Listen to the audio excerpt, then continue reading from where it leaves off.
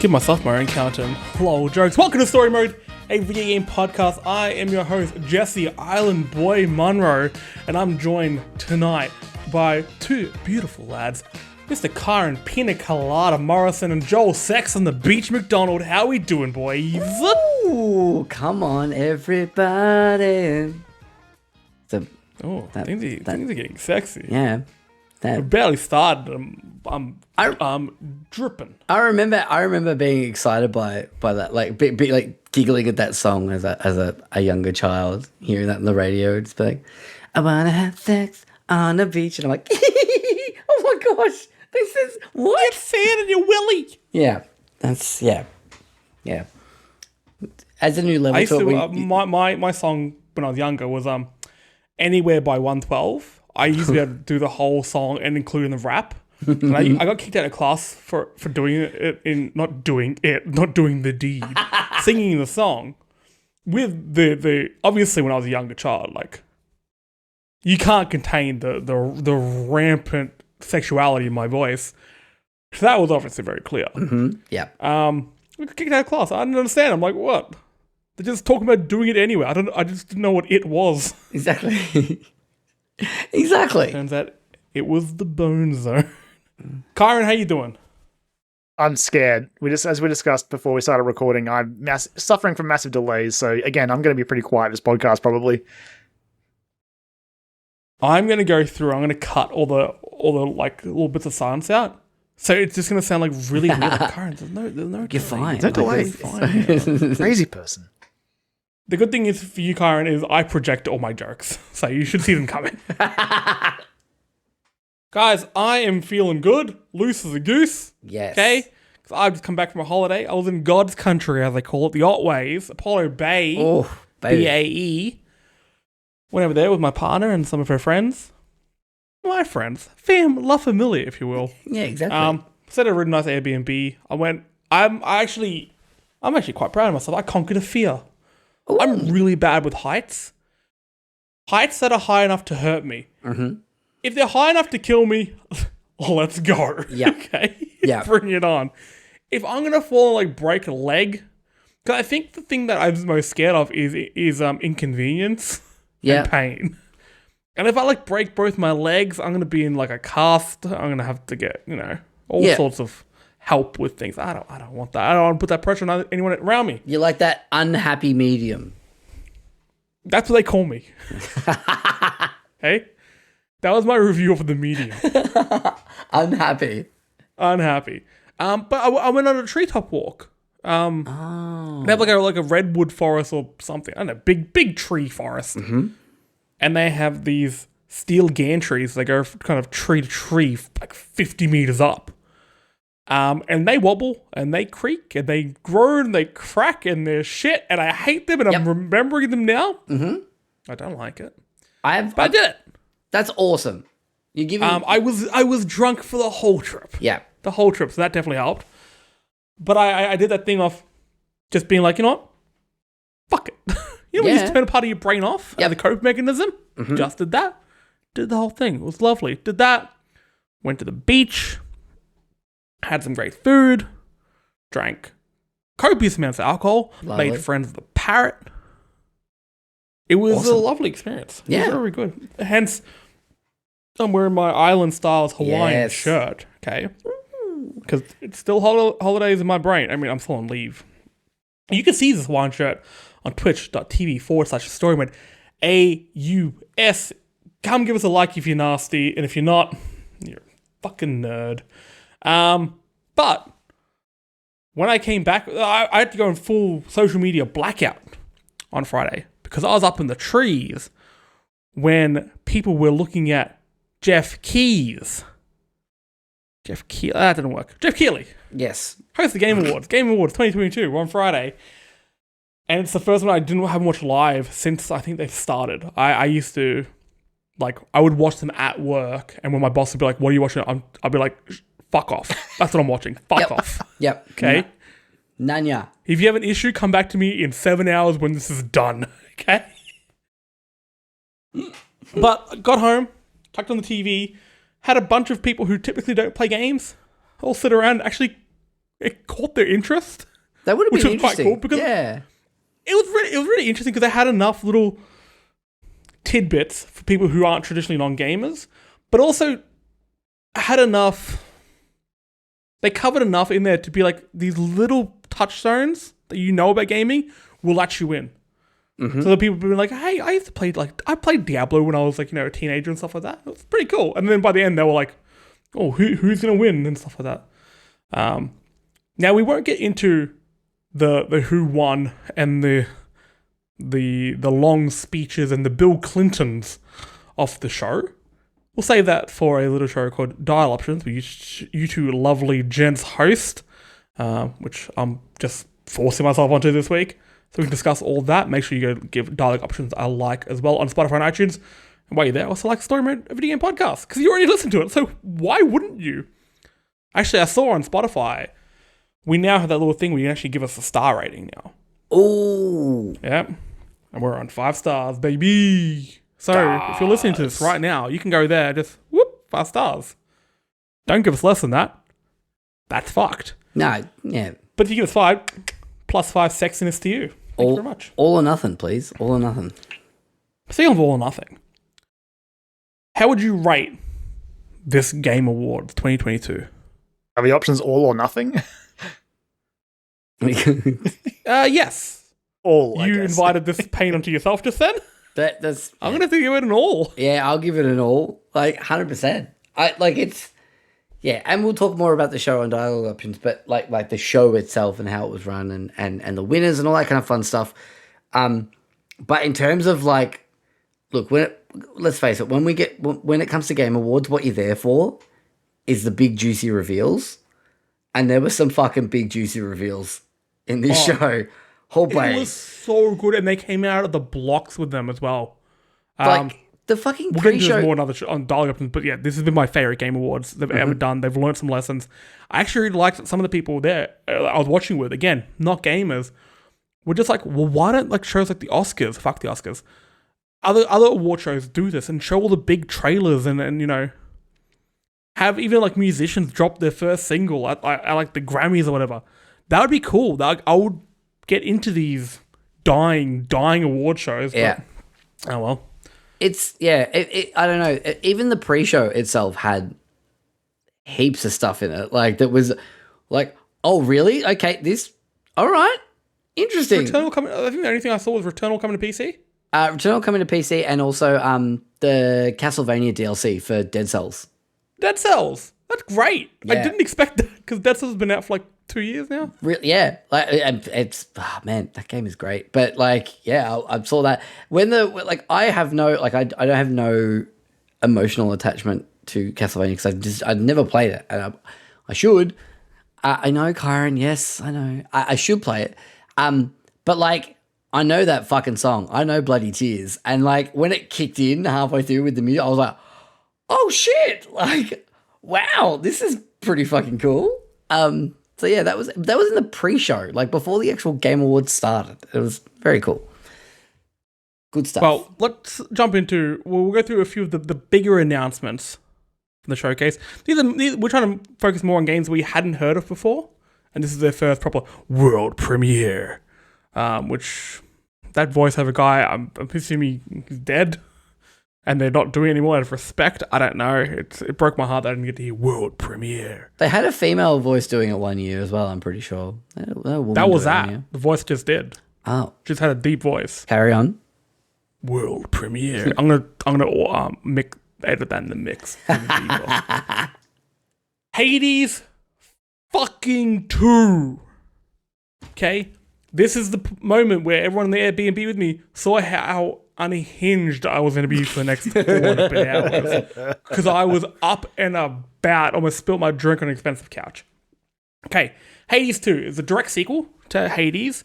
Arguably Game of the Year, 2018, 2019, 2020?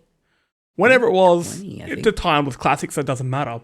Speaking of time, in Hades 2, you'll be taking down Kronos, the god of time. That was a flawless segue. That was one of my best. I wasn't going to interrupt the Titan of Time, and Kronos has also been the father of Hades.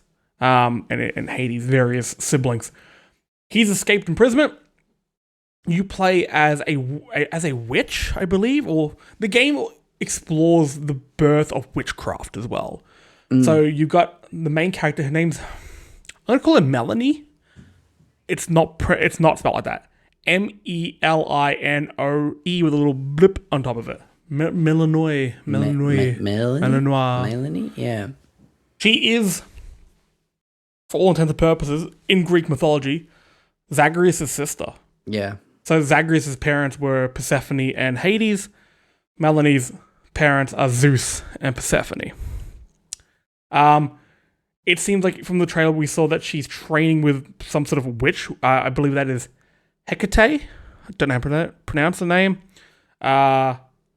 You learn some sort of witch powers. Other than that, it looks like Hades. It looks like it plays like Hades. There's a bunch of new weapons, a bunch of new gods, and I'm going to imagine a lot of returning gods as well. Yep.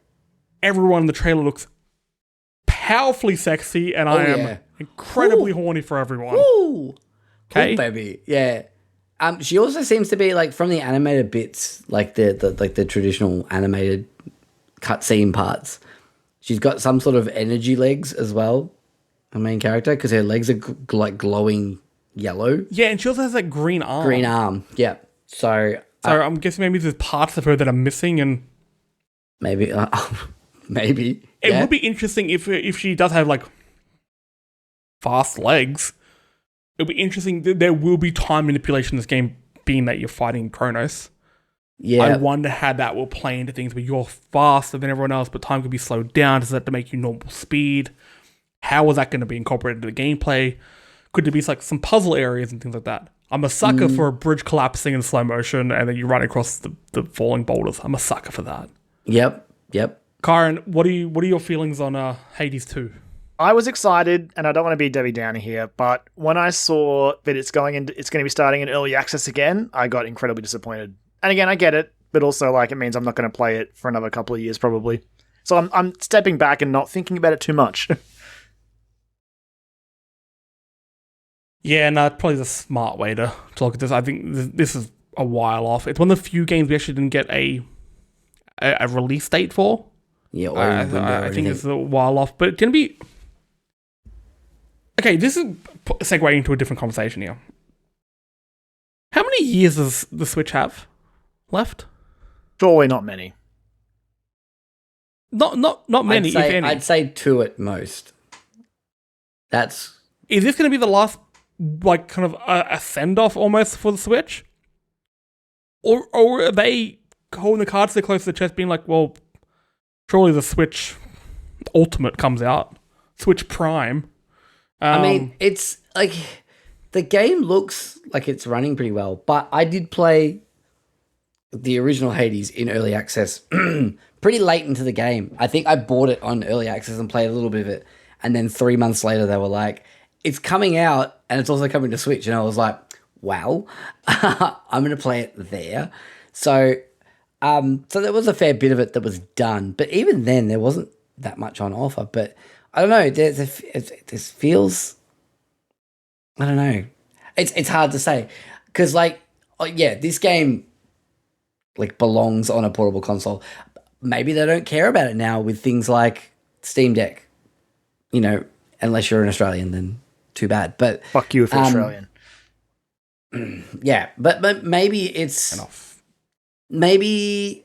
I don't know. Maybe they're sort of gunning for that market now where... Because this is a perfect handheld game. Like, it is the game that you just...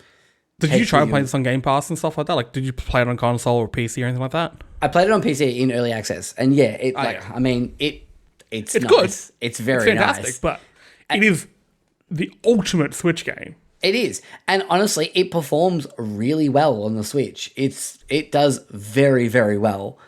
There wasn't, apart from things looking a bit shiny or a bit crisper, from playing on PC in early access to playing the full release on Switch, I was like, oh, I'm not missing out on much here. Like, it's the only game that made me want to buy the OLED Switch. It does look nice on the OLED. I've seen it on Oh. OLED, and the colors pop. It is again one of those games, and we're talking about it with games like Fortnite. Which, hold up. fucking stop the show. Have you guys played the new season of Fortnite? Jesse, I'm still playing God of War. I would love to play the fucking new. I'm trying to finish God of War. Get a game in. I need to talk to you guys about how good it looks.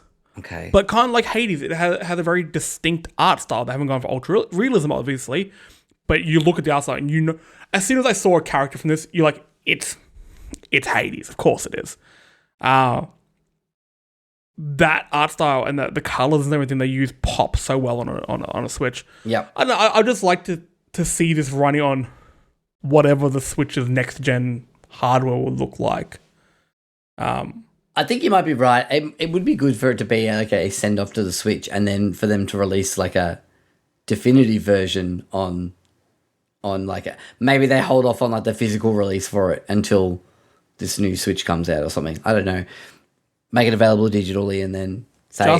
And look, it won't happen because end of the day, it is still small. It's a small game from a small studio that did extremely well. They're never going to make a Hades-themed Switch. But if they did, I would roundhouse kick my own mother for one of them, okay?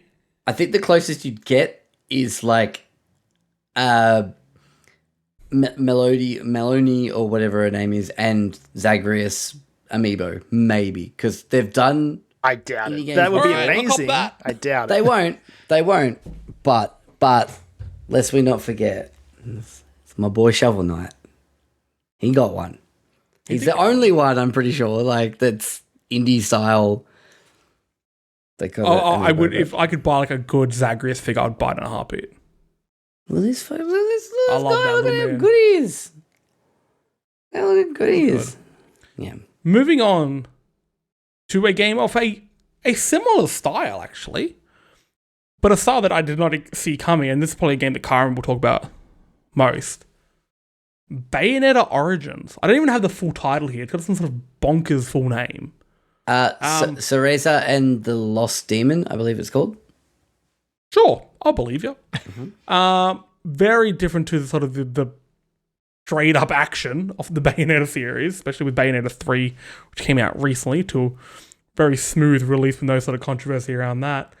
Bayonetta Origins looks to take a lot of notes from the Hades playbook. It's a similar game, very narrative driven, what I can see, focusing on a younger version of Bayonetta. Her being like, I want to be a witch. Kyran, what the fuck is this? Your guess is as good as mine. Like, when this was the one trailer that I was watching and I had no idea what was happening. I just knew it was a Bayonetta game. And they put up the title card at the end and listed us some names who are working on it, and I didn't really recognize any of them, apart from supervising was like Kamiya or something. But I have no idea. All I know is that I'm very intrigued. I haven't finished Bayonetta 3, so I am wondering if I'll have to do that, because there's no doubt going to be tie-ins here, because the turnaround between releases is very small. So, but yeah, no, I don't know. All I know is that visually I'm intrigued, and this is probably the one announcement that just, in a weird way, just left me shocked. I did not expect anything more from Bayonetta, let alone this soon. Yeah, I think it's I think you're 100% right about being almost like a companion piece of Bayonetta 3, maybe. But especially considering there is a character of sorts that's in this trailer that is featured pretty heavily in Bayonetta 3. That isn't Bayonetta, obviously. As I say, not Bayonetta. It's not Bayonetta. It's not Bayonetta. That's featured pretty heavily. And that when I heard them sort of say that, I was like, okay. It opens up a lot of questions about what this is going to be or how it's going to play out. I don't know. I mean, I think it's the first game they talk about Cereza and her younger self and things like that, I believe, in Bayonetta 1. That is a sort of a pretty key story point in the first Bayonetta game. So it's interesting that it's like, this is what it's called, and these are the things we're showing off now. I'm curious to see where it's going to go. But yeah, it's sort of like this weird sort of isometric 3D platformer in a way. Like, yeah, I'm very curious about this. I think, like you said before we started recording, Kyran, it's coming out at a very bad time, but it is something I definitely want to get to once I get a chance to finish Bayonetta 3. So, yeah. Sometime in 2027. What's that? Hopefully.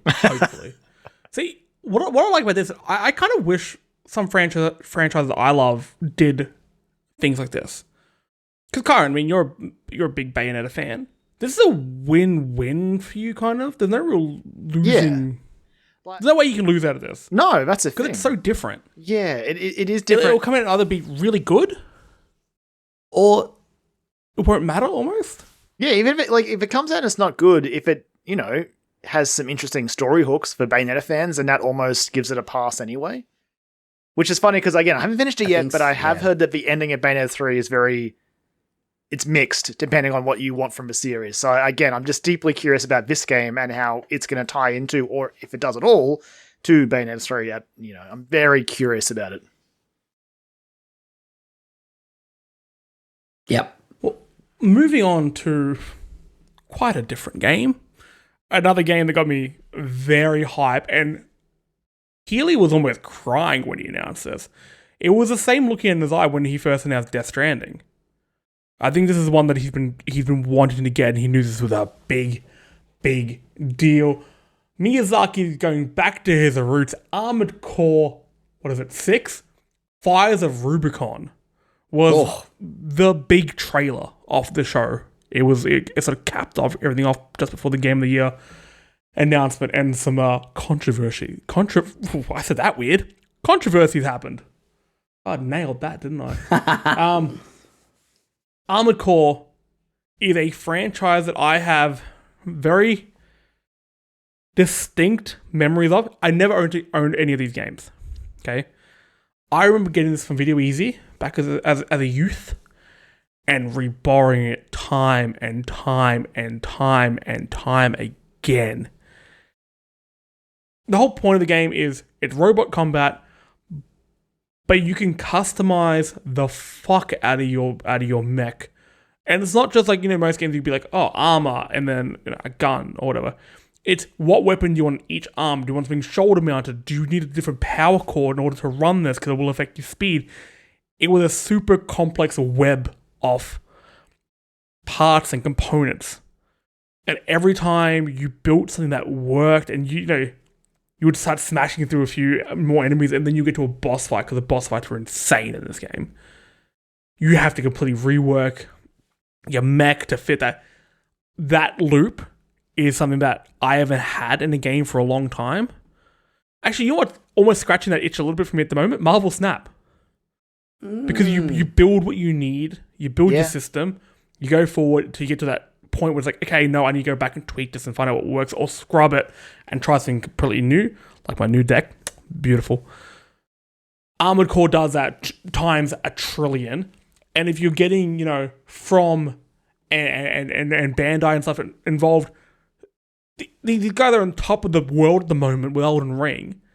We are getting some of the best developers in the world at the moment to make a super complex mech fighting game. Holy fuck! And it's really it is good. I am so pumped. I'm happy for Armored Core fans as well, because I was wondering when this was announced. I'm like, okay, are we gonna Soulsborne it? But Miyazaki's been doing interviews emphasizing that they aren't. I'm very happy to see that the game is being helmed by the Sekiro Shadows Die Twice director, Masura Yamamura. That's a fucking sweet ass game. Yikes! Holy shit! He told IGN that the samurai action game and Armored Core 6 share the same essence of battle, such as aggressive speed change and action-oriented fighting. Players will break enemy mechs' posture, he said, letting them strike with critical hits. I'm so happy, guys. I want this to be the one that gets me, because I've tried. I'm so glad they're not just making Elden Ring with mechs. Yeah. As cool as that sounds, I want Armored Core to be Armored Core. Again, look, I have really, really fond memories of the game, but I'm not a die-hard fan. But seeing some diehard fans on social media losing their minds over what they're hearing because it's like, no, we're sticking with a single player. We're sticking with like a really narrative-driven thing. We're not going to go full open world. We're not going to make it a Souls-like. It's really reassuring. They clearly know that even though they absolutely paid it with Elden Ring, they know they can't just copy that out of respect for Armoured Core and also respect of Elden Ring. Keep these two things very separate. And I'm sure they're already working on Elden Ring too. I also think that they're not ones to really like dip back into the well too often. Like I know like there's 3 Dark Souls games. Because they know what's at the bottom of wells. They made Elden Ring. Yeah, like ghouls and goblins. And that's the thing. Like I think they're probably ready to get into something a bit different and maybe separate. I think that they definitely did that with Sekiro for the people who like that game. It clicked with them, but for people like me, it was just like I bounced off that game and just never went back. I wish I could, but I can't. And that's like I guess leads me to my concern about this game is that like I want to like this because I'm like it's like it's fucking mech fighting game. Like yes, please, awesome, but like I'm wondering about how,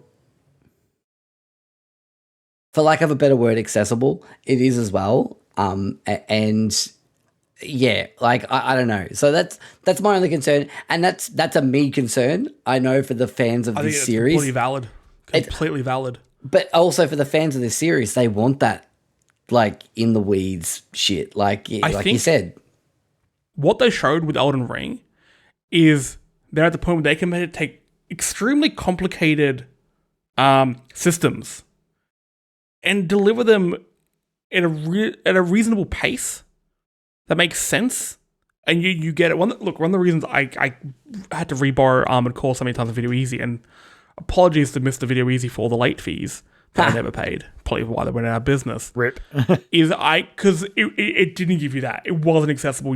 It didn't teach you things. You were hitting your head up against the wall until something clicked. And it's like, oh shit, I just didn't know you could do that. I didn't have that as much in Elden Ring, to my absolute shock, because there's some really complex shit happening there. If they can take the learnings from that and put it in this, I think you'll be golden. And I think because it's been, 14 years since the last Armored Core game? It was a long time ago. This will be, if I can put term, a soft reboot. They want to embrace the cult of Armored Core, but also realize that 99% of the player base is new and probably coming off Elden Ring. Like, hey, this guy knows what he's on about. So sure. I imagine it'll be pretty beginner friendly. Yeah, noobs. I hope so, because I am very excited for this. It looks so animated. Cool. You see the little why does the robot need a little eye shield? It doesn't have eyes. Yep. I love it so much. Feed the fire, baby. Feed Gatling the fire. guns. You see the whole planet on fire. Feed the fire. Let the cinders burn or whatever. Oh man, holy shit. Also, the subtitle just makes me think of Enter Shikari because crossing the Rubicon. And crossing the Rubicon is actually the first thing that I thought of as well. Me too. Yep. That was like, yep. Simps for that band. Well, on to the next game. A game that everyone thought was Bioshock, but it wasn't Bioshock, but it was almost Bioshock.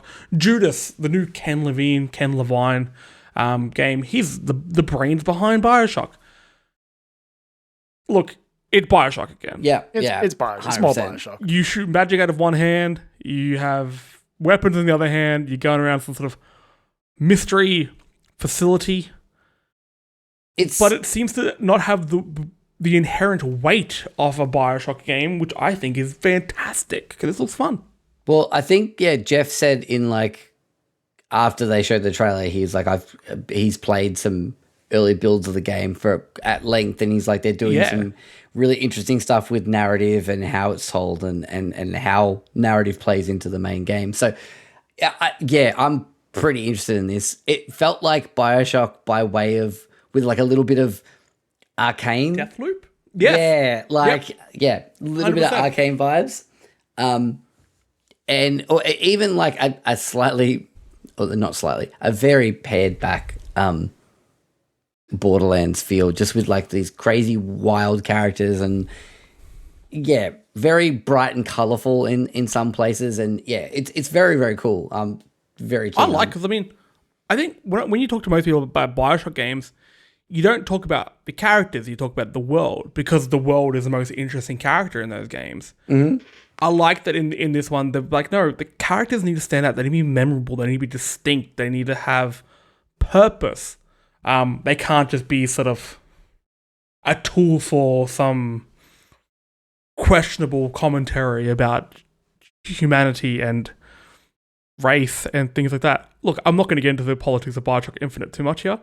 It's a flawed game. Fucking mess of a game. Look, I mean, and also let's also not forget that Ken Levine is a flawed man in some aspects, because he did sort of try and go into bat for Gina Carano when all that shit went down. So, which I was reminded of when I opened Twitter after the Game Awards. It was like, oh yeah, that was a thing that happened. Yeah, so I don't know, but well, just for posterity, Gina Carano, go fuck yourself. Yes. Enemy of the show. Now look, this is just Bioshock 4, but it didn't get me thinking. Guys, are you excited for Bioshock 4? Where you seeing that? I looked into it a little bit. The rumors are set in Antarctica, and there'll be more than one city. Okay. I mean, look, yeah, there's something about like a Bioshock game that's like, okay, I'm gonna play it, and in some way I'm gonna enjoy it, but I don't know, like and it'll be exciting to be sort of in the zeitgeist when it gets announced and when it comes out and all that sort of stuff. But like, yeah, I'm not chomping at the bit for it. Like, let's put it that way. It's such an interesting sort of time for a new Bioshock game to come out, because the sort of stories and mythos in Bioshock 1, 2, and Infinite are sort of happening at the moment. And look, they are deeply political games. If you're one of those people who's like, to keep politics out of games, fuck off. Because games are inherently political. Yeah. Especially Bioshock. So it is a very, very interesting time for them to come out. Yeah. And to see sort of on what side of particular fences the game wants to sit on, you know? Yeah. The right side or the good side? Well, I wonder how much of Ken Levine that was. Yes. And if it's not, I wonder how much he was like, oh, well, this is my studio now. What is it? Ghost Story Games? Yeah. Ghost. If he doesn't have people saying, hey, you shouldn't say that. It is 2022 and we're not pieces of shit. He's like, well, I am. So, who knows? Who knows? As for gameplay, look, we don't really see much. And what we did see was, yeah, you shooting sort of like magic and stuff out of one hand, and you seem to reload it with different abilities. So you seem to have a fire ability and electric ability. And then the other hand, we had some guns, and at one point we had an axe. Mm-hmm. And it also looks like you'll get buddies at certain points, whether it's going to be some sort of co-op or whatever it is, but you do have buddies throughout the game, from what I can tell. I'm also wondering, does this have the potential to be like a new Cyberpunk? Where shit.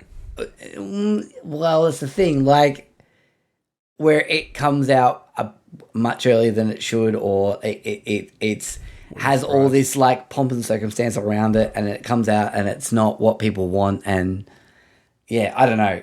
I've got a feeling it's actually been more of a Outer Worlds super good narrative. They've nailed the narrative, they've nailed the dialogue. Just the rest of the gameplay is so, we've seen it 1,000 times before. It is just a copy of War's a better game. I think I've got a bad feeling about that. Sorry, that's you mentioned Cyberpunk, and I was going to put it into our notes for this episode. So I'll bring up something. Cyberpunk 2077 did some DLC with Idris Elba. Thanks, Idris.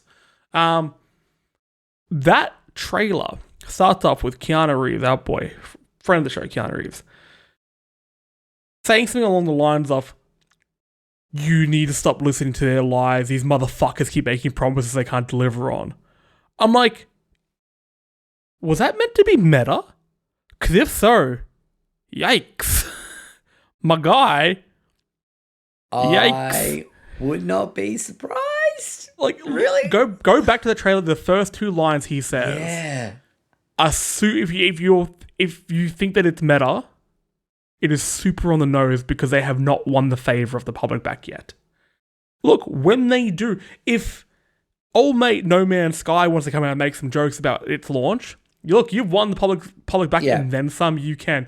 Cyberpunk, I don't know. I spent a lot of money on your game and it was bad. And Devil's Advocate, like, they're almost there. Like, it has had a pretty big. I mean, you can say they're almost there, but like, also it just shows how badly they fumbled it. I mean, it's a whole other discussion, but like, I think I saw stories it was getting a Game of the Year edition, and I kind of chuckled. I was like, it was a game of that year. Yeah. Because, yes, it was. It wasn't a full game of that year. So wait.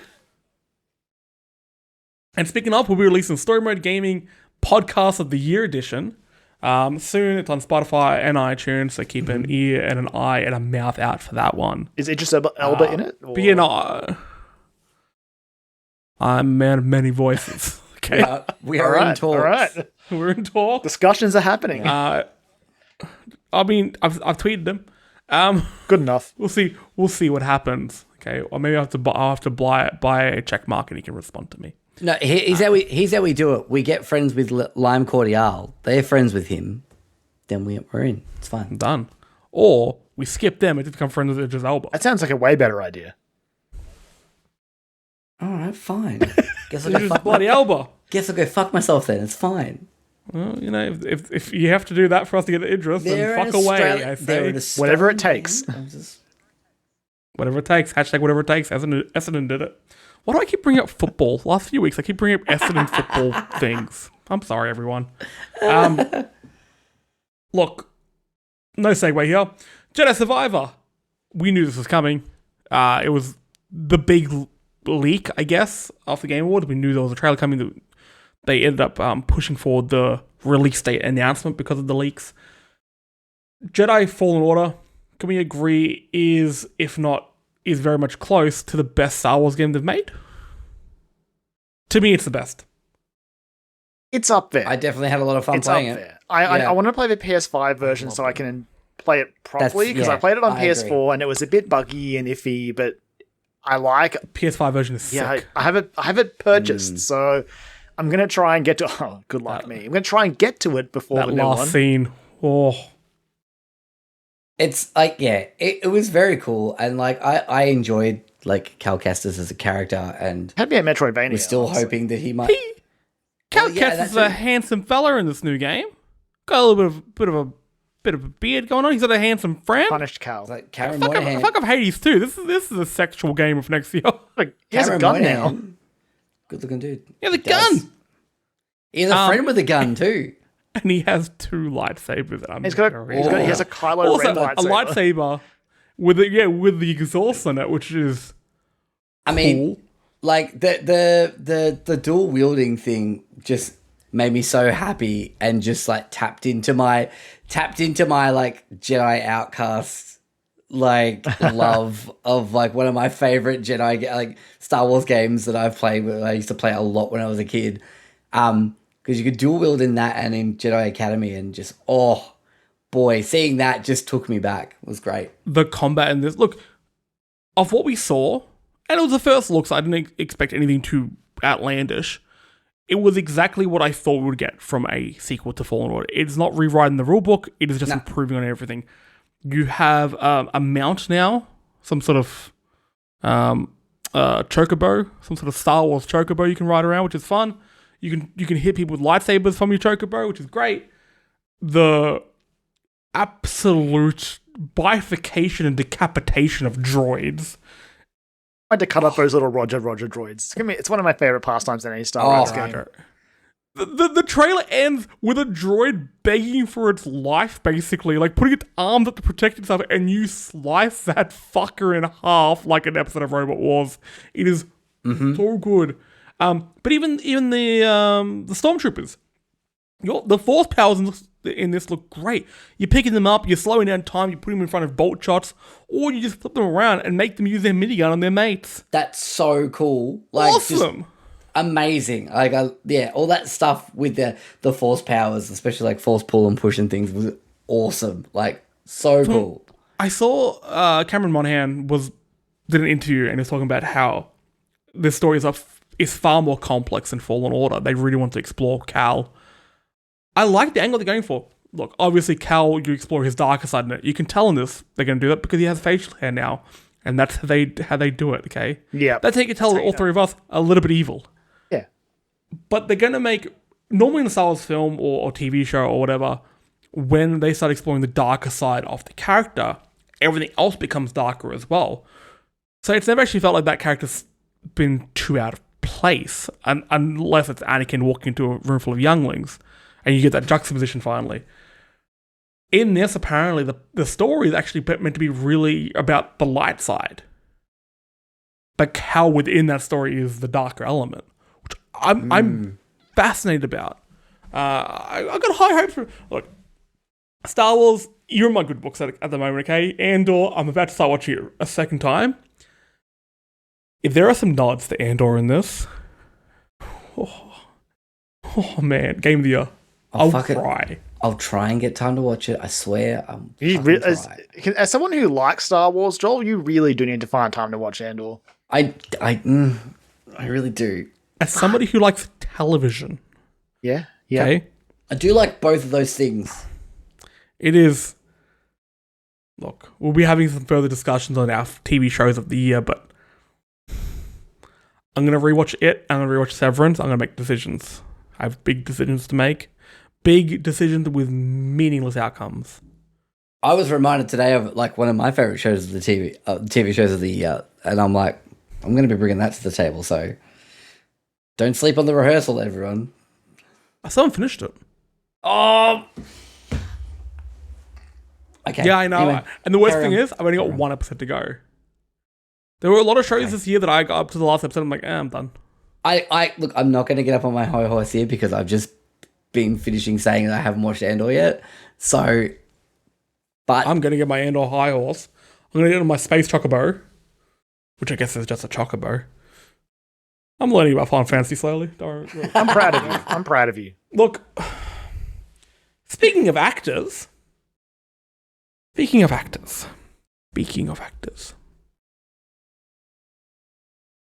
I didn't know Michael Madsen needed the money. I would say, is one off. In any other year, would have been the most bizarre moment of the Game Awards, but 2022 was a doozy. Michael Madsen comes out on stage with Damien Poitier and I don't know, dude from Peaky Blinders. I don't know. I don't know who it was. He felt like he stepped out of like a theme park attraction. It was great. If I didn't see the guy, I would have just assumed it was Raoul Coley still on stage. What's up, bruv? It was bizarre. It was weird. Also, I'm very happy to see Raoul on stage. Yeah, for sure. So Michael Madsen comes out on stage. He doesn't know where the fuck he is. Okay. He doesn't know what he's done. He doesn't know why there's people looking at him, why they're applauding him. He just wants to go, talk to Al Pacino about the good old days. Whatever that means to those two. This game, Crime Boss Rockay City, which Rockay City, I just hate it so much, it looks like a a double A. Let's be fair here. Double A version of a mobile game shown between as a YouTube ad, but made for consoles. It stars Danny Trejo, Kim Basinger, Danny Glover, Michael Rooker, Damien Poitier, Vanilla Ice, and Chuck Norris. Because apparently they wrote this game in 2015. Look, they either wrote this game in 2015 or in 1995. If this can tap into the silliness of this kind of thing, like maybe a Vice City, I'm not saying to that level, or like even like the back end of like supernaturally stuff are out of it, but the back end of like Saints Row 3, when like Burt Reynolds shows up as the mayor, like that kind of shit, where it's just like, fuck it, let's go. Like this is, I'm very curious about this game. I kind of want it to be like at least fun to play because, man, it looks so trashy, but in the best possible way. I don't see Michael Madsen putting his name to anything like that. I think this game is going to be so far up its own ass, trying to be an elevated look at crime, crime families, trying to be the Michael Scorsese. It's going to be the Irishman of games. Shit. I get nothing but bad vibes about this. So, look, in the game, you do turf wars like a mobile game, robberies like one of those mafia mobile games, and crazy side stories. After the demise of the previous crime boss, carefully pick Baker, your character, Baker's crew, based on their skills and expertise, and claw your way to the top in single-player campaign or jump into the PvE co-op multiplayer with up to 4 players. Look, what this game is. Yeah, I want to know more about it. I'm very curious about it. I honestly am. There's this weird part of my brain that's just like, I kind of want this to be just fun and just silly. And I don't know. I also want Michael Madsen to have a win in video games after his brief stint in the Yakuza games. When they wait, what? Yeah, so was it like Yakuza? I mean, like the original dub, maybe. Like the original Yakuza dub is wild. Like I'm talking like Mark Hamill is Majima. Like it's wild. Yeah, it's weird. And like Michael Madsen was in one of the dubs for one of the games, and it was very poorly received in terms of like the dub side of things. But yeah, I kind of want him to have a bit of a win for a video game for once. He's 800 years old. He doesn't need to win everything. He won cinema. He's had some great films. Here's the thing: he wins this, he gets to have a win here, and he's free. You don't know that. You can't prove the curse is lifted. Yeah. He can float off into the sunset. That's it. He'll regain his youth. This is like he needs to do well in all forms of media, and he goes back to the cursed little 14-year-old boy. And does it all again. Why, mister? I'm back to my real age. I don't know when he was born. I'm assuming he sounded like that at one point. Close enough. Close enough. You nailed it, as far as I'm concerned. I think this is one of the, when a movie comes out, there's like all-star cast, but the trailer looks shit, and then it comes out and it's garbage. It's got a big Murder on the Orient Express vibes. The red flags are very great cast, but fuck me. I can see the red flags. Yeah. I'm just the Kim Basinger element is the one to me where I'm just like, I know she's not probably done much lately, but I know her from The Simpsons. Okay. Like she is not doing well. It's like, I don't know. There's something about this that I'm just like, I'm going to keep my eye on this. And it's probably going to be an absolute trash fire. It could very easily be like a meme game, honestly.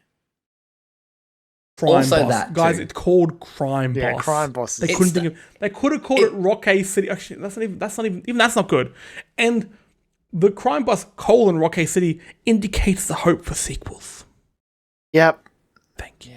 I mean, I guess the biggest thing is it's like, all right, well, the be all end all of it would be is the fact that Vanilla Ice is starring in this game. So I don't know. Okay. Yeah. You know what it feels like? You know when you get those like memes and it's like, oh, you have like $20 to create your perfect video game cast, and like you have all those $1 characters and the $2 characters, and you'd have like Kratos and Mario and stuff like that as $5 characters. Yeah. They went through it, they had $1 left, and they got Vanilla Ice. Yeah. Oh, yep. Vanilla Ice. $1 pick. Again, I will keep my eye on this. I'm curious. I'm glad you will, Joel, because you can keep me informed. Because I'm curious, but I don't know if I'm curious enough to like seek out the next trailer. Joel, a few years ago, there was a game I was curious about, and I thought, as a bit of a joke, a bit of a lark, I will go all in, chips in with this, supporting this game. I was saying it was going to be great. I was calling it Game of the Year. All I had was a passing curiosity about it. But I thought, no, I will throw off the shackles of cynicism, and I will embrace it. I will fall into that dark, dark abyss that was Godfall. Don't make my mistake. No. Okay? Okay. I'll let you admit this because Simon's on the episode at the moment because he would give me shit about it. That is a Sometimes I've learned my lesson. I've become broken. cautionary tale, if any. Cautionary tale. That is me. Don't be. Maybe me. it's maybe I'm this, the Michael maybe Madsen of podcasting. I'm rotting away. Maybe this is my time. Maybe this is what I need. This is like, I need to hit rock A bottom, to work my way back up again. Boo! Sir, boo to you. Someone call Michael Madsen. Get him in here. Get him on the phone. Hey, Get him on Discord. What a crowd. I think Michael Madsen knows what Discord is. Michael Madsen doesn't know who Michael Madsen is at the moment. I've never seen somebody look so old. Or confused, or both. Like, yeah. That was elder abuse having him on stage. Al Pacino was more endearing and well put together at the Game Awards than Michael Madsen was. Not to say well put together. But make a movie about those two backstage at the Game Oh my Awards. God. Just trying Just their make a movie about adventures. those two in the backstage of the Game Awards, but make it like what was that one shot film? Birdman. Oh, Okay. Oh my All God. one shot and going through. They meet Keegan Michael Key. He's talking about Toad. They don't know what the fuck he's going on about. They meet man. Halsey. They have all sorts of they wish their dick still worked. And everything Animal like is that. there. Crazy animals there. Yeah. Everyone's like frothing over this Miyazaki's Kojima there. fellow, and we don't even know who he is. Yeah, like, Bill Clinton kid is I there. want this now. Hey Al, I'm back. I've been talking to this kid about Bill Clinton for the last 30 minutes. Tell you what, he has some opinions on things. Speaking of celebrities in games, though, a game that actually had less celebrities in it than I expected. DS2, or to us simpletons, Death Stranding to working Took away title. my Nintendo DS joke. That's fine. Go Nah, it's do too it. late. Nah, Just blame it on the delay. Go do it. Nah, it's gone. Gone. Blame it on the delay. Blame it on the God damn delay. it. We finally got to see Death Stranding 2. We've known this is going to happen. Thanks, Norman. But it has been a bit confusing because there's been so many different leaks about Kojima and like, is he focusing on this Microsoft exclusive game, which who knows what the go is there. There's also, what was that other game that got leaked recently? Overdose.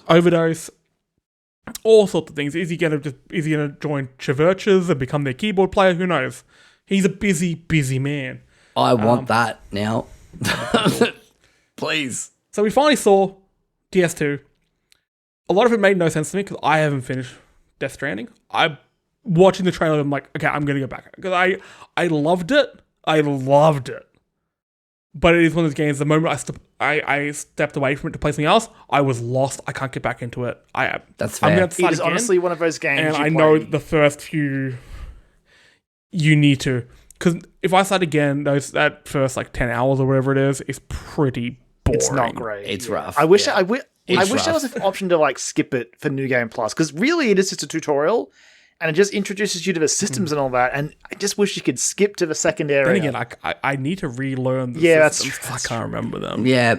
But it is what it is. We see in it, how do you pronounce his name? Leah Sado?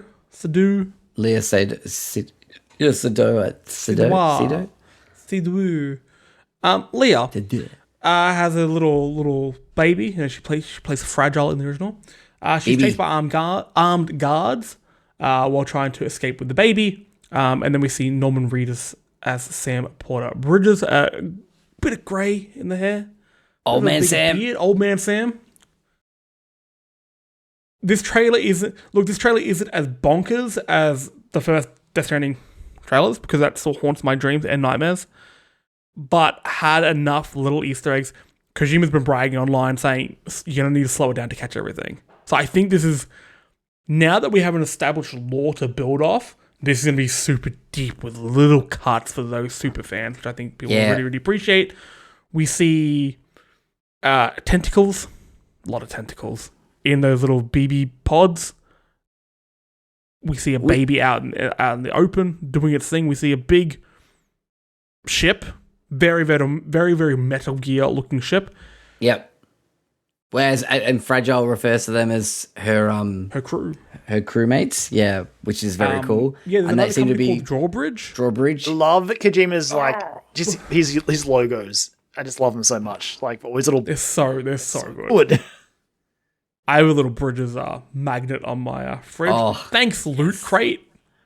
The only thing I got from you that was worth it. Oh, also the T-shirt I painted the garage and thank you. Perfect. What I really liked is it was a little bit different as well. We have some amazing music in Kojima trailers. It's where I fell in love with Low Roar from the first trailer. In this one, I'm hearing, I'm like, this guy sounds really familiar. Actually, at first I thought it was Hosier because I just heard him sing Blood Upon the Snow, which, what a performance. It was really good. I skipped that because I didn't know if it was... honestly. Yeah. I was like, I had a feeling that this was a pretty important thing, so I'm going to skip that. I'll go back and watch it once I finish the game. Good choice. Yep, fair enough. One of my highlights of the show. Really good. So yeah, go back and watch it. I thought it was Hosier at first. No, it's Troy Baker. Troy Baker's in this one. I know his character, look, spoilers, dies in Death Stranding. Or he's dealt with. It looks like he comes back, and I think he may be that unnamed red figure we see at the end of the trailer who has a fucking guitar.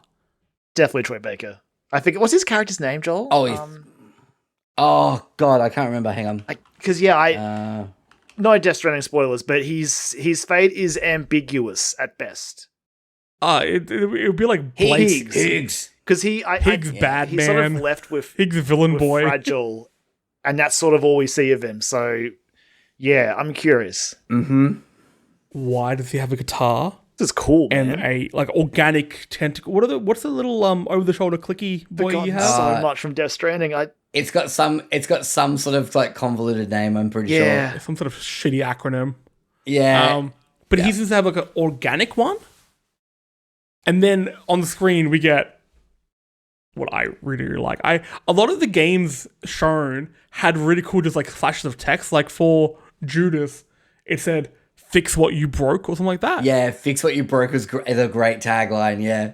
For DS2, it was "Should we have connected?" So the first game's all about connected. You know, you Strand game, the birth of a genre. Okay, the Strand game. Yep. Talking about connection and delivering packages to Jeff Keighley. And this one's like, should we have done that? I'm so excited. And also, I like the idea of like the logo treatment or like the promotional stuff, obviously, that we've seen leading up to it has had this as well. But like now we know it's here and what it is and what it's going to be about, assumingly. It's having the red be like the focus of a color of just being like, warning, things are bad. And then that tagline of "should we have connected" is like. So I'm wondering, there's a lot of connections between Death Stranding, and I think we need to do a full. Once I've replayed it, I think we should do a full Death Stranding episode because I really want to like discuss. I'll be down. I fucking love Death Stranding. I'll be down for that. Yep. Yeah, me too. There's so many things that connect with Kojima's life and the whole Kojima Konami, Metal Gear, everything like that. The straight lines are connected to the story of Death Stranding. I'm wondering how much. Obviously, this one talking about should we have connected. There will be a lot of commentary about social media and people connecting on it and how it's kind of has, during the COVID and stuff, has really turned to something not great. But a big thing that would have happened to Kojima in the last 12 months was, remember when his image was used when Shinzo Abe was assassinated? Mm-hmm. He was furious about that, and that would have hit him real hard. Mm-hmm. I wonder how much he's using some of the messaging in this game as like catharsis for that. I would not be surprised. I'd be fascinated to see. I could see this game actually getting really, really dark. Well, he did say as well. I think it was really cute. They did like a little interview with Kelly. Did a really cute interview with him on stage. I love their friendship is so pure. For me, so I always used to worry it was like really one-sided, but it's clearly not. But there was times I'm like, I hope that they are good friends and it's not just Jeff Keighley. Not just fanboying. Yeah, but it seems like they are really Yeah. good friends, which is so cool. For sure. But like during that interview, like that little on-stage interview they had, Jeff asked him about like, you know, the story and things like that.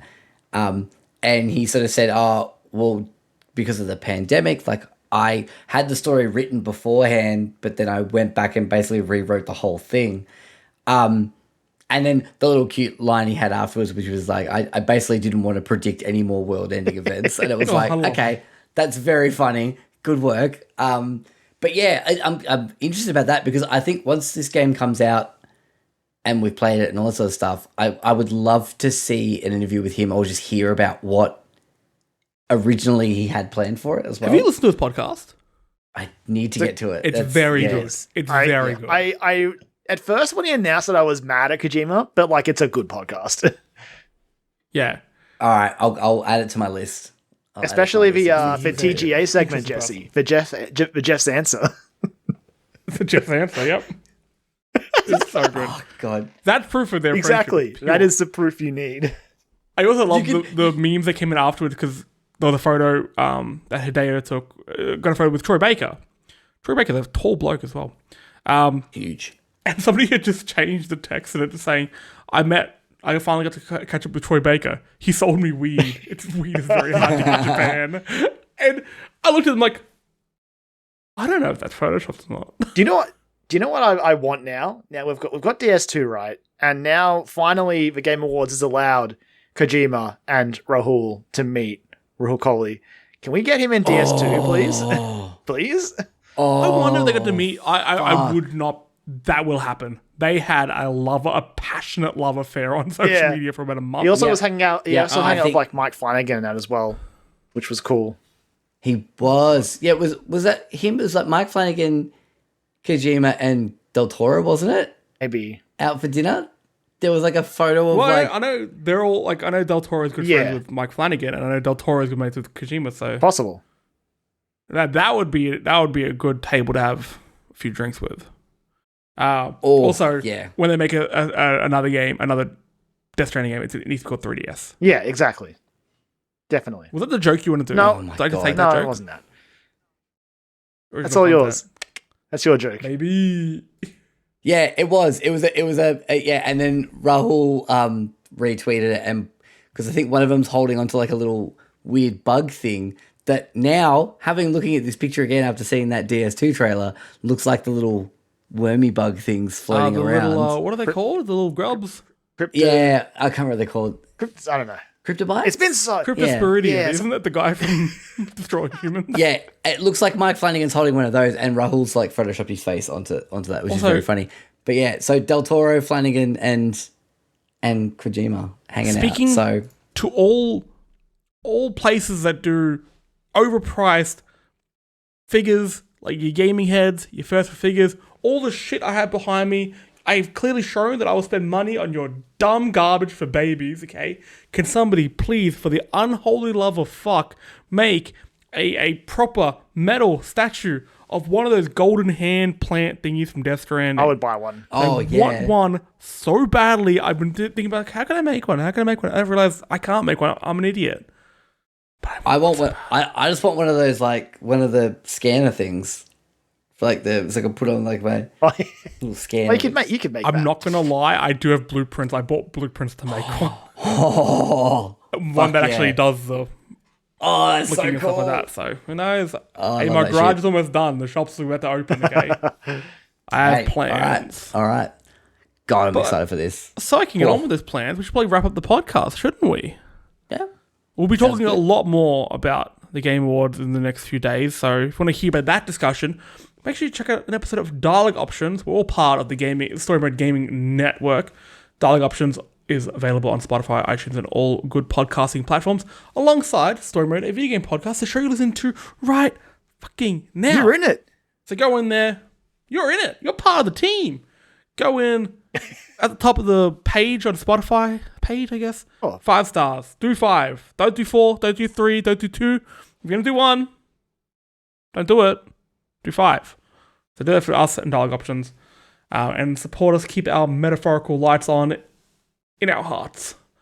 We're also on social media. Facebook, Twitter, Instagram, Hive when it comes back. Who knows? At Stormont AUS. We're, of course, also all individually on Twitter. I'm at, with my over-the-top Australian accent. Truth. I'm at Jesse Spanner. Joel, where you at? I am at Jolly Mac. And Kyran. I'm at Lemonman X.